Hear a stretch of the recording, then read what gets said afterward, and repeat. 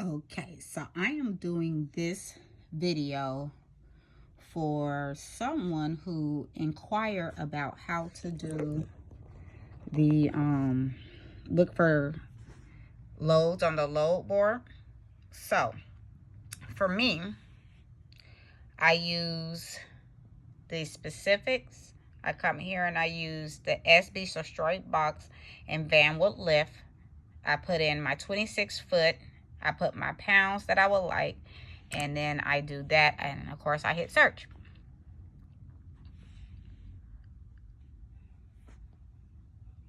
And it's taking its little sweet time because it is raining out here, so please forgive me.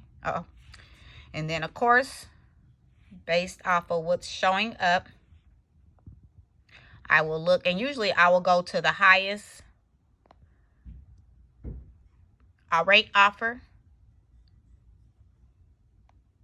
and then keep that the way it is, and then I hit search. And then I look based off of if it's going to be feasible. This one here. And then right now there's only 6 searches, of course, because it is midday. You can look in here and call that one is 2,600 miles to go to Seattle, Washington from Atlanta. And the rate is $330. It's up to you if you want to take that. I personally would always ask for more. Technically, that's less than, the $2 a mile quite naturally.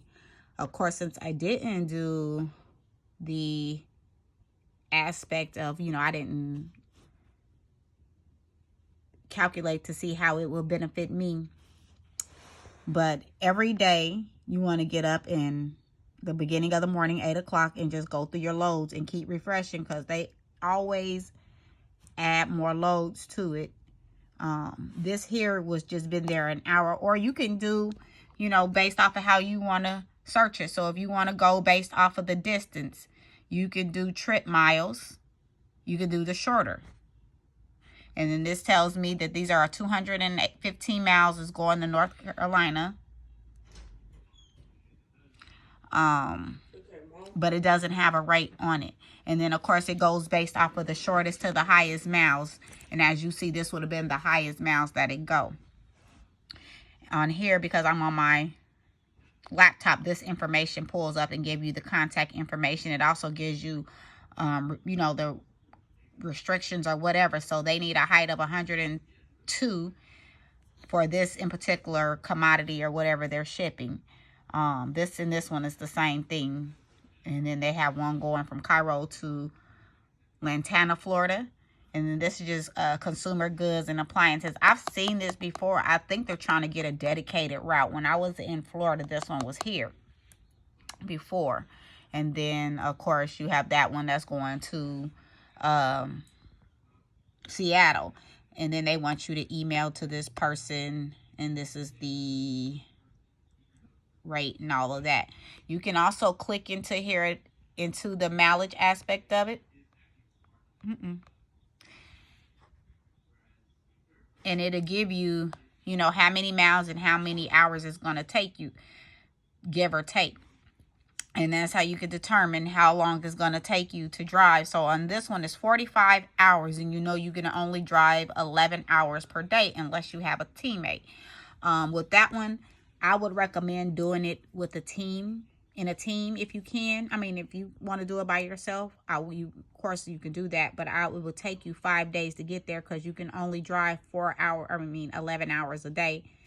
And there's 45, well, we might as well say 46, because 47 more, you add in a couple more minutes with traffic and all of that, that'll give you 46 hours. And then as you go, you will see you got to stop for gas and things of that nature, and that's going to add to your time. So just know it's going to take you might as well say 50 hours. You just give or take 50 hours to get there, 11 hours a day. That's 5 days. So that's going to take you 5 days to do that trip. That's going to be a little under your $1,000 per day. But if depending on what your cost per mile is, that may be fine for your bottom line, and you can get that. Now the question is, what is going to be, you know, your option of coming back or going wherever you have to go, because you may just be in Georgia for a pickup, but Seattle is home for you, so that might be, you know, beneficial to you, or somewhere in that area is home for you. For me, I wouldn't take that trip. It doesn't pay enough for me to go that distance.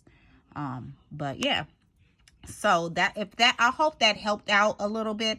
I'll just go back and recap how I select my loads. I go and select my origin or my original destination. I keep it at the same 150 miles from my deadhead, but you can change it based off of your city. So if you go in and put in your city, which I would recommend, I'm sorry, I'm on my bed with my laundry, but let's say we're going to go to, I'm in Lithonia right now. And I can say I want to stay, this thing, I'm trying to hold the camera and do this too. The laundry's holding up my laptop, my iPad, I mean. I can do, let's say, 50 miles. Now, nothing might come up, but you never know, just depending. Sometimes you get lucky, sometimes you don't. You will select your specific. You will come here and select whatever truck you want. I just usually try to stay within the box or the straight truck, and then the van with the lift. But you have so many options. You could do van, reefer, van, vented, van or flatbed, van or reefer, van with teams, blankets, all of that. You can select any one of those things. But for me, I just try to stay with the straight box and van with lift. But I can actually put van as well. I just find it better if you use those. Well, you can go ahead and try it with just regular van. It'll open it up. But then sometimes the height and all of that, even though my truck is dock height. And then you go ahead and hit search. And then as you see, 26 items came up when I added the van. But when you actually go to click into it, some of them say no box trucks on here. So that's why I always just try to eliminate. And then where are we at? This is on the age. So on here, this one has only been here 1 minute, 1 minute, 5 minutes. This one here, going to Washington, is a no-go. I wouldn't go 2,000 miles for $700. This, or you can, like I said, we could change up the search. You have options. You can pick up date, where you're picking up at, or where you're located, your origin, your deadhead, destination, deadhead distance, the trip, miles, your truck type. So you can just do it based off of truck type, and it's A to Z. I wouldn't do that though. You can do it based off of weight, a partial load, the factoring, your credit score, days to pay, company, contacts, offer rate, or book now. Book now typically is not on a box truck. Usually I found that those are usually on the tractors.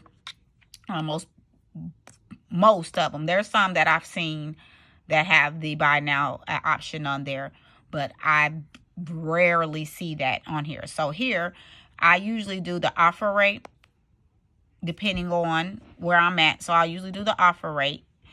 This one might be a good one because it's 828 miles going to Bethlehem, Pennsylvania, out of McDonough, excuse me.